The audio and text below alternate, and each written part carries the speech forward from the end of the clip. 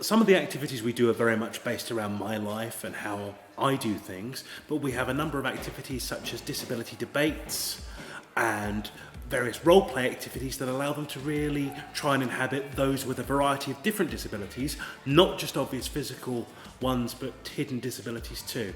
And that's really important that we give them as broad an understanding as we possibly can. To me, today's session, the best thing about it was the participation of the children.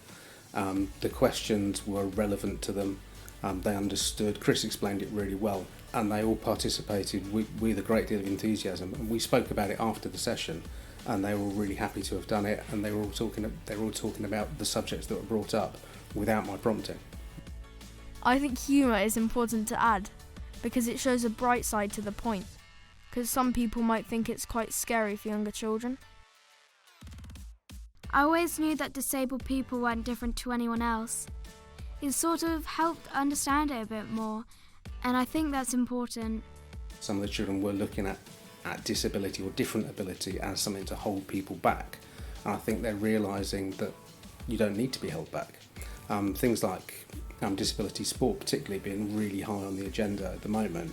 Children see that, they see people with missing limbs, they see people with other disabilities participating in these amazing sports. The children appreciate that, and it does give them something to aim for.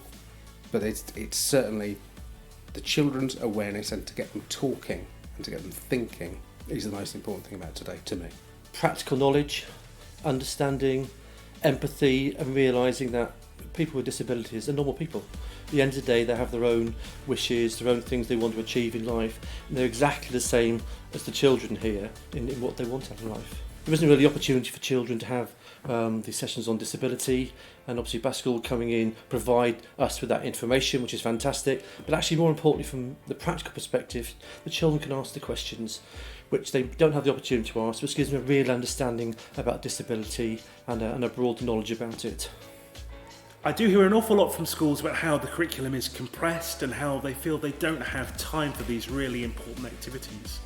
And the PSHE Association has said that there has been a marked drop in recent years in the amount of PSHE being undertaken. These activities are so important to create well-rounded children. And we can work with you in order to create classroom-based activities that feed numeracy and literacy and other subjects. So please don't see it as taking away from what you already do.